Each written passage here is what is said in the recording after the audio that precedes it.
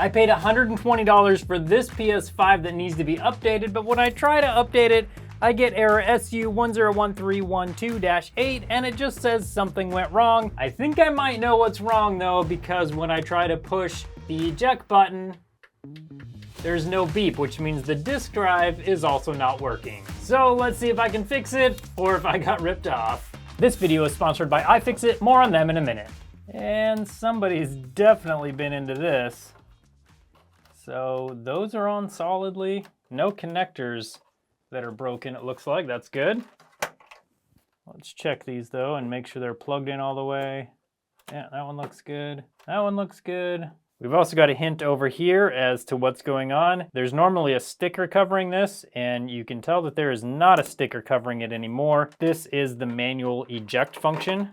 So likely what happened is the disk drive stopped working, and then they had to get the disk out, so they had to use the manual eject feature to do that.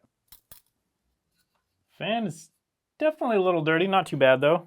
Okay, now we can remove this.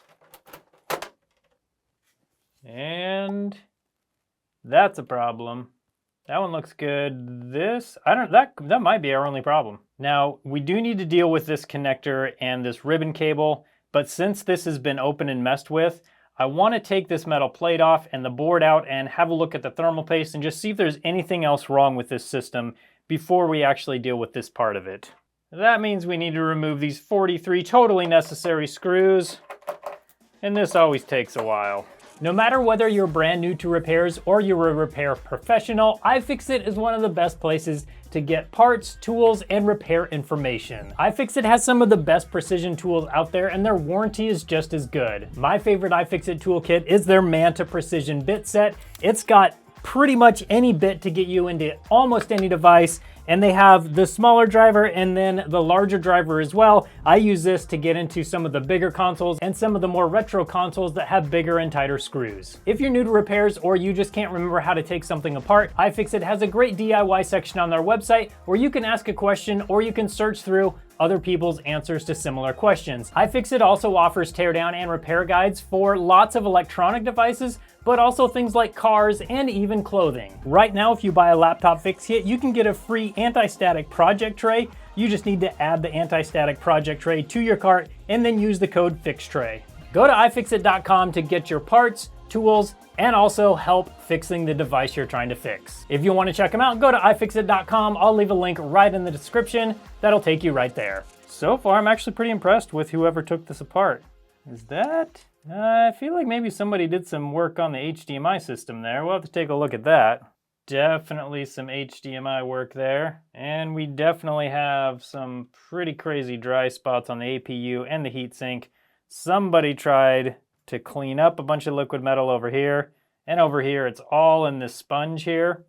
Which, I mean, that's what the sponge is for. It's doing its job. But we're gonna need to clean that up. And then I gotta take a look at that HDMI port under a microscope and see if those pins are soldered on, see exactly what's going on over there. And just as I suspected, somebody tried to replace the HDMI port. And I mean, I think they mostly did. It was getting a picture.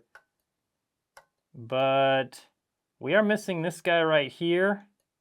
And these pins, they actually do look like they're soldered on. Oh, this one's not soldered on very solidly. So we need to fix that one.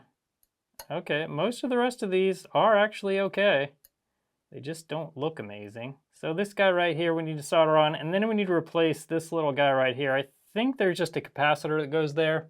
And as far as I know, these will work okay without it, but I could be wrong there. It might be necessary. Either way, I'm gonna put it there just because that's how it was from the factory. So the first thing we need to do is flux it up. I'm gonna use my dental pick, and now that that's there, I'm gonna use my micro pencil, and I'm just gonna come in here, add some solder to the pad. Since I'm already here, I might as well redo these ones too. And since I've already done those, I might as well just get the rest of them done while I'm at it. They don't look amazing. I mean, they work, but as I'm getting the rest of these done, I just feel weird only doing some of them. Okay, now we need to place that little capacitor. Just gonna steal this from my donor board real quick.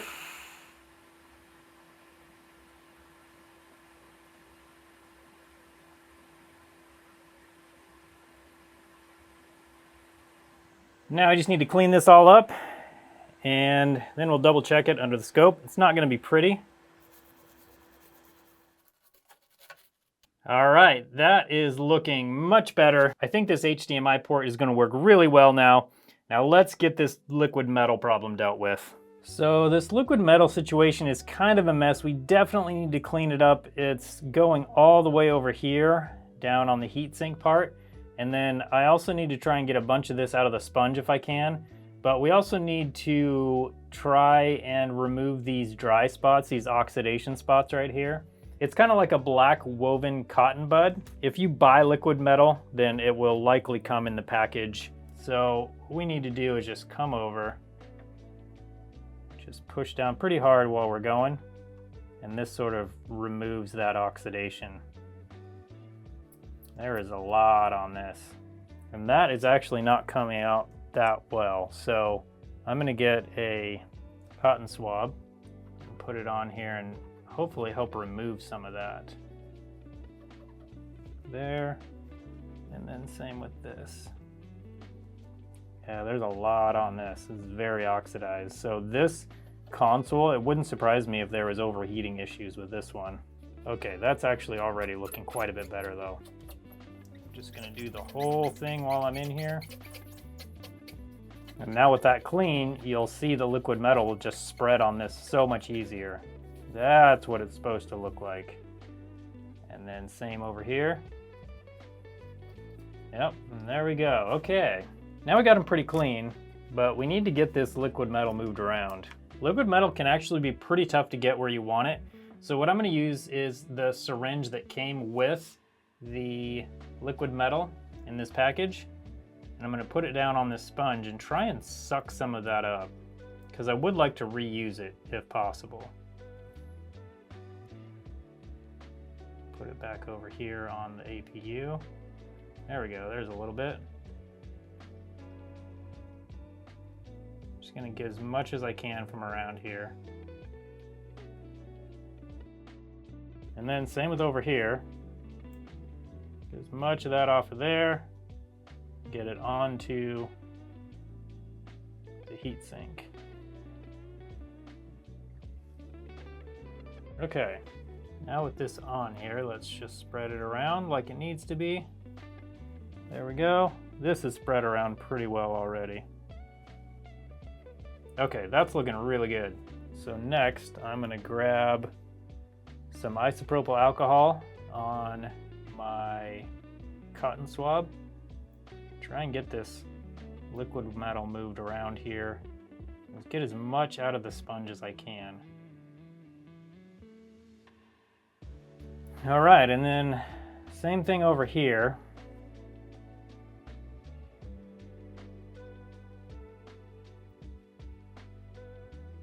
So this is all nice and cleaned up. That's all cleaned up. We've got the dry spot removed, the oxidation removed.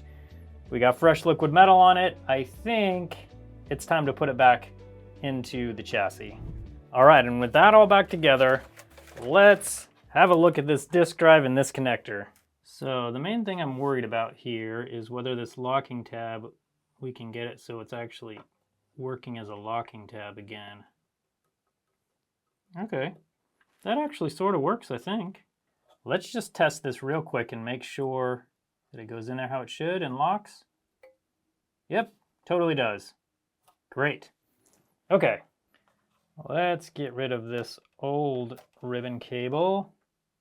Looks like it's mostly, this actually might be okay, but we're going to install this other one just because we know it's good.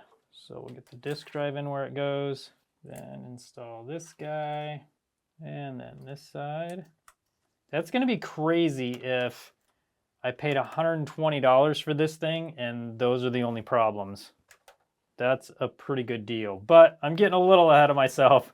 Got to get the top cover on and the fan in, and then we can see if we got a good deal or if we got ripped off.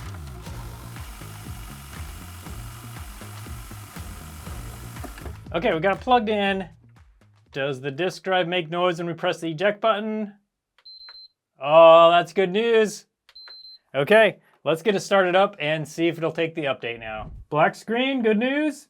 There we go, that's what I'm talking about. Now, one of the reasons it doesn't work to update it if you have a faulty disk drive is that the system does a check to make sure everything's working when it's doing an update. So when it noticed that the disk drive wasn't working, that's why it said it couldn't update anymore. Okay, right here is where it's gonna tell us if it's gonna go or not.